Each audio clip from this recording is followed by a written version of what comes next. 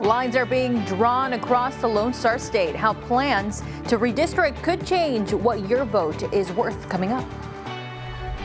Plus, more money, more problems. We'll explain why a new economy report is spelling trouble for your wallet just ahead.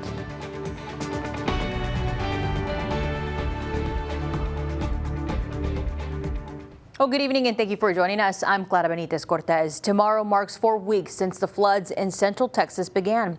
Local leaders and residents are meeting in Kerrville to review what went wrong and how future disasters can be prevented. There's also a focus on the current recovery efforts in Kerr County.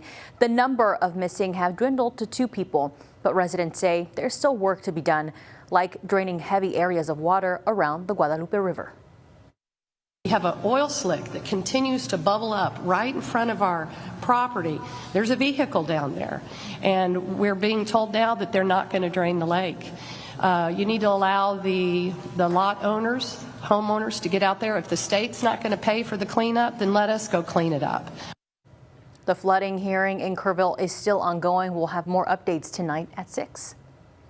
And in the wake of this tragedy, the question now is, how can this be prevented in the future?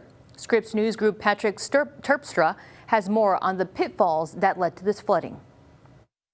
The sudden swelling of the Guadalupe River to raging levels caught so many by surprise. We now know Kerr County was never able to build a modern flood warning system with water gauges and sirens that officials here long knew they needed. First responder audio obtained by Scripps News and first reported by Texas Public Radio reveals a firefighter asking for alerts to go out on the county's code red system that would have lit up cell phones. It's 4:22 a.m. We still have water coming up. The Guadalupe Shoemaker sign is now underwater on Highway 39. Is there any way we can send a code red out to our Hunt residents asking them to find higher ground or stay home? 10-4, standby. We have to get that approved with our supervisor. But there is no evidence of Kerr County sending out any notifications right away, even as the magnitude of the tragedy becomes clear. I have a lady, she's frantic. She said her children are on top of one of the cabanas and they're trapped. Scripps News has learned Kerr County leaders twice sought funding to build their own flood warning program. After severe flooding in 2015, Kerr County applied for a FEMA grant to pay for a flood alert system. But the Texas Division of Emergency Management tells Scripps News it blocked the application essentially because of a paperwork issue. Kerr County failed to file a hazard mitigation plan required by federal law to get funding.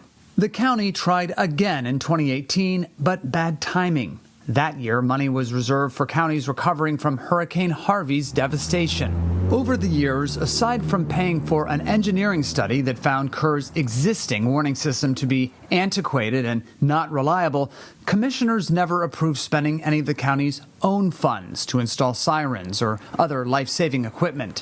One commissioner in 2016 saying this whole thing is a little extravagant for Kerr County. And while flood recovery is a priority north of us, our drought conditions continue to worsen here. Meteorologist Stephanie Lauber joins us now with an update. Steph, what is the latest? Well, there hasn't been a whole lot of change in the drought situation, which can be a pro or a con depending on how you want to look at it. Of course, we'd love to see no color on this map at all, but there have been some changes. Right now, I'm showing you last week's drought monitor update so we can kind of compare what today's update has for us. Take the wide view for yourself. This was July 24th. Notice those bright reds and dark reds. That's the worst drought in the state. It's just outside Bexar County, and it is within our watershed. But look carefully. Here are some of the changes that we've had from this week's update. We've had some improvement out in the northern extent of the watershed, but a little more yellow locally means we've got more abnormally dry areas, and we chipped away at some of the moderate drought out by the Rio Grande and in the more northwestern part of our watershed. All of this to say, not looking too good, and neither are our lake levels, unfortunately. Combined capacity, 14.8% today. If I can draw a positive, the fall from Choke Canyon is not a whole lot, and at least if we could slow the drop, that is great. I'll talk more about whether rain chances are in the forecast ahead. Redistricting efforts by Texas Republicans have garnered national attention. State political leaders are trying to redraw the state's congressional district map. On Wednesday, Representative Todd Hunter, along with other GOP members, unveiled the first draft of a potential new map. It could potentially give Republicans 5 additional seats in the House just in time for next year's midterm elections. And here in the Coastal Bend, the map in its current form would split up Nueces County between District 34 and 27. Other counties that would be affected include Aransas, San Patricio, and Refugio counties as well.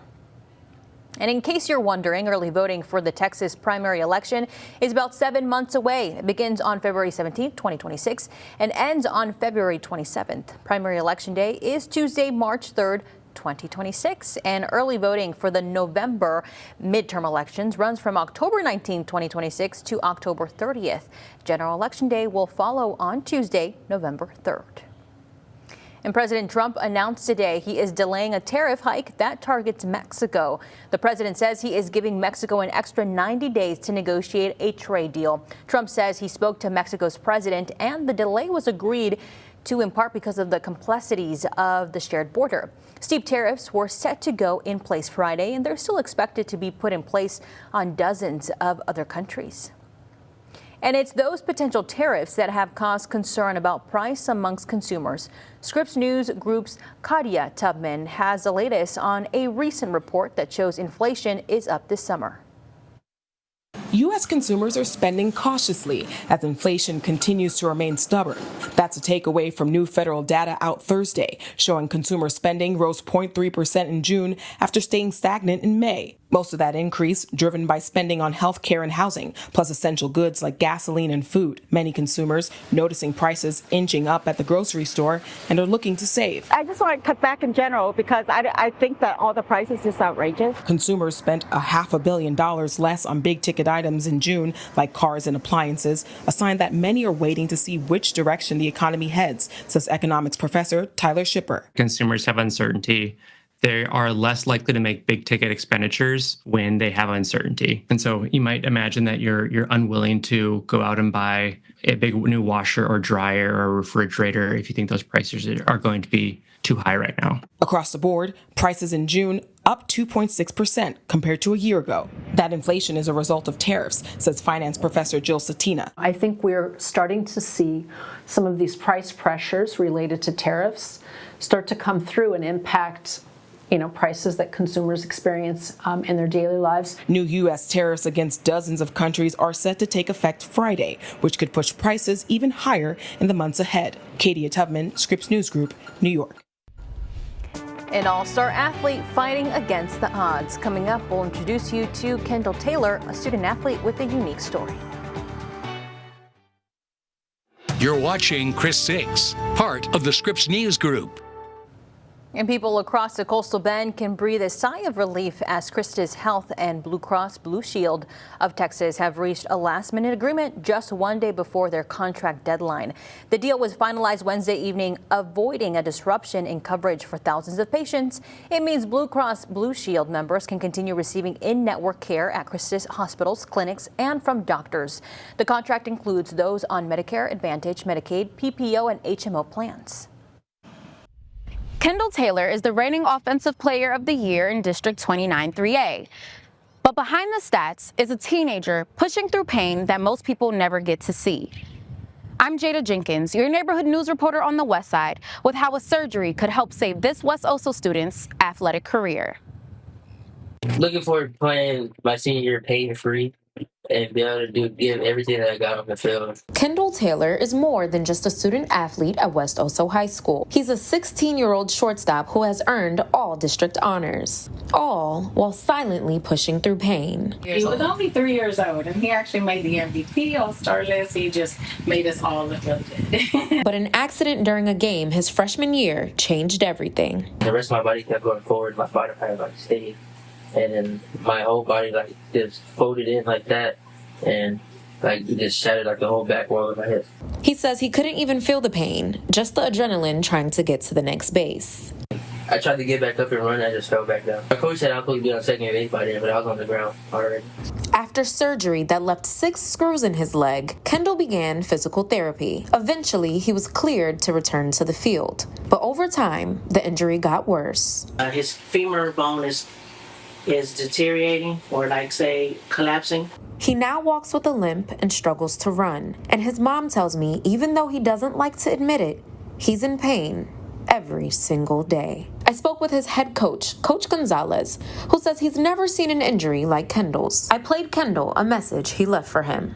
With a major injury like that, I felt like it was a very slim chance that he was going to ever be able to play baseball again, and he's battled through it tremendously. You know, it would be so easy for Kendall just to throw it all in and say, you know what, I have pain on a daily basis. Like I don't want to do this anymore. I don't want to push through. But that's just not his character. He pushes through every single day, and I think that's exactly what the team sees. The team follows in his footsteps. His mom, Stacy Simmons, is a teacher and coach at West Oso High School. For months, she says she's called hospitals across the country searching for a specialist. The only option would be hip replacement. Well, hip replacement, they don't do it on kids. No. It'll be like 30 when he gets 30 or 40. Instead, Kendall needs hip resurfacing surgery, a procedure that could restore his mobility and stop the bone from breaking down. Eventually, his family found one doctor in Seattle who said Kendall is a good candidate for the surgery, but insurance won't cover it because it's out of state. But a lot of people just don't know like what we go through on a day-to-day basis, especially with him, the pain that he has. Kendall's family is doing everything they can to make the surgery happen. If you'd like to donate to his GoFundMe, head over to our website at christv.com for more information. On the West Side, I'm your neighborhood news reporter, Jada Jenkins, Chris 6 News. All right, Jada, thank you so much. And on Tuesday, neighborhood news reporter Tony Jaramillo reported on the Janet F. Hart Library cutting its hours of operation from 44 hours a week to just 24. Since Tony's story aired, the city has decided to add a few more hours to the schedule. Originally, the city announced it was cutting hours of operation to just 5 to 8 p.m. Monday through Friday. Now the city has increased hours of operation on Tuesdays, 9 a.m. to 1 p.m. Schedule has been added on that day only, and the new schedule goes into effect on the 11th of August. Hours are being cut because the library is located on the Flower Bluff High School campus, and state rules now require public schools to limit access to their campuses. And speaking of hours, it's time to look at our rush hour, and Stephanie has what it is looking like out there.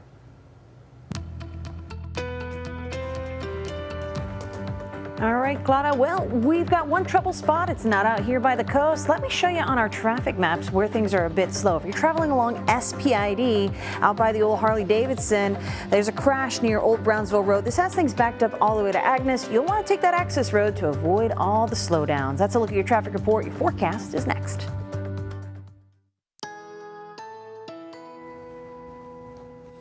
All right, can you feel the mugginess? It is quite muggy outside, and so we didn't have as cool and refreshing as a morning as you may consider Monday and Tuesday mornings to have been, but we started this Thursday off at 72 degrees. Not bad. Still a little bit cooler than we typically expect for this time of the year. The same cannot be said for the afternoon, of course. We've been riding a heat wave for the past couple of days. Today's afternoon high temperature in Corpus Christi, 99 degrees. Once again, a couple of degrees above where we normally expect that to be, but also not far off from that record high temperature, 101. We last saw that back in 2015. No rain today, and so our deficit continues to grow in the wrong direction, $3.46 behind on our rainfall for the year, unfortunately. But the heat doesn't help either. Taking a closer look with the Chris 6 Neighborhood Weather Network, let's check on temperatures on the south side. We've been hanging out near 90 degrees either side of it. We're at 90 on the nose off Garden Court there, 89 from Sandy Creek Townhomes, 87 from San Benito Drive, 92 still on Windwillow Drive, and across the Oso, 90 degrees at Southampton Drive. So temperatures are hot.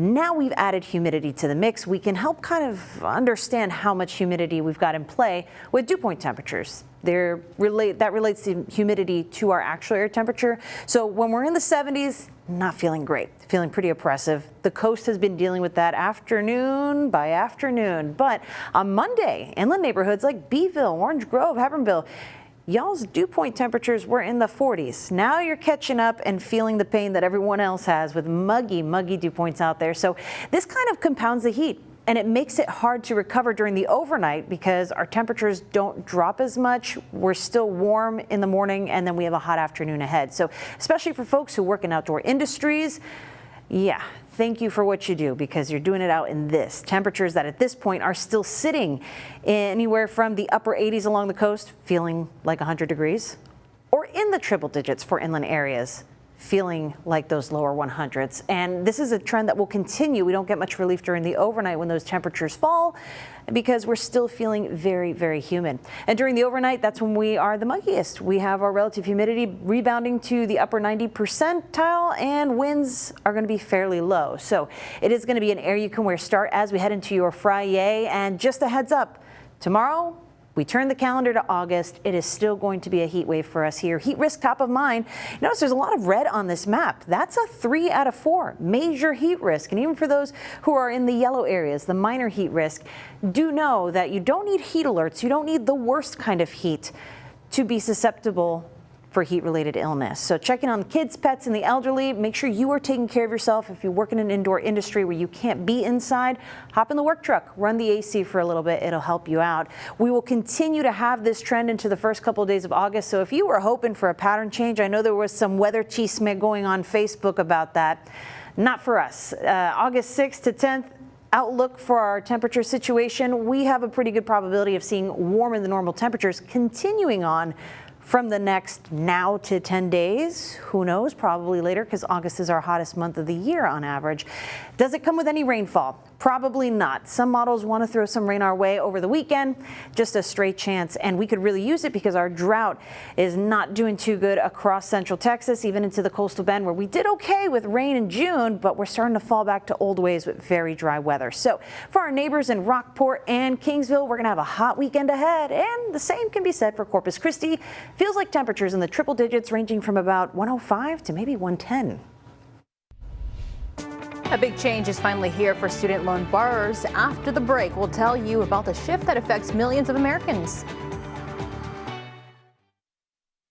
You're watching Chris 6, part of the Scripps News Group. Welcome back. Millions of student loan borrowers are about to see their balances increase because of action taken by the Trump administration.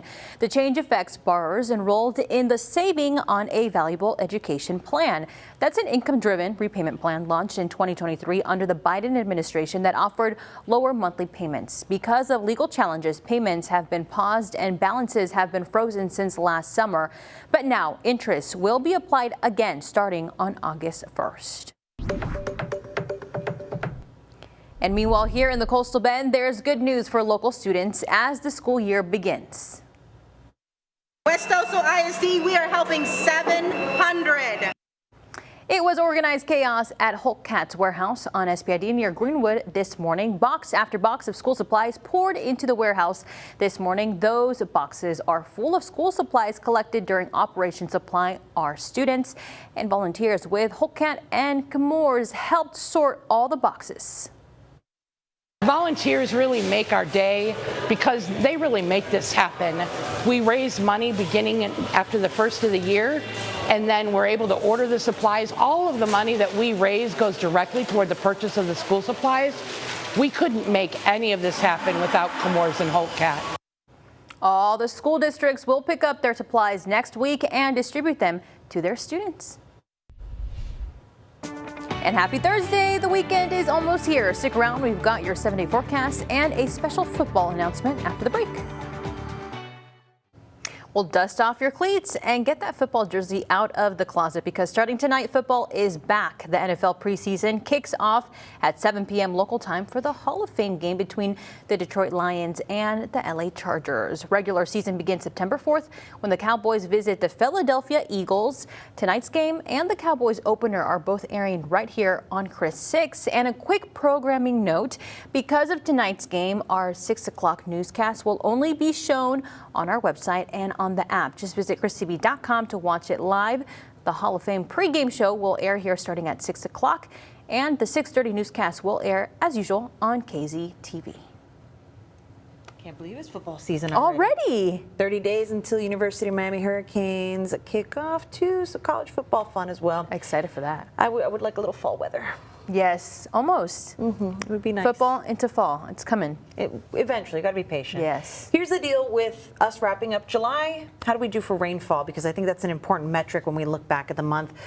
For July, we got a little over 1.5 inches, 1.61 inches. That's all Corpus Christi saw during the month, which puts us behind by almost an inch, 0.87 behind. And unfortunately, in the 7-day forecast, I don't have any rainfall, just more heat. So it looks like that rain is on back order, I guess. Alrighty. Well, we'll just be doing the rain dance, hopefully. That we will. Have a good one, and we will see you here on 6 o'clock on KRISTV.com.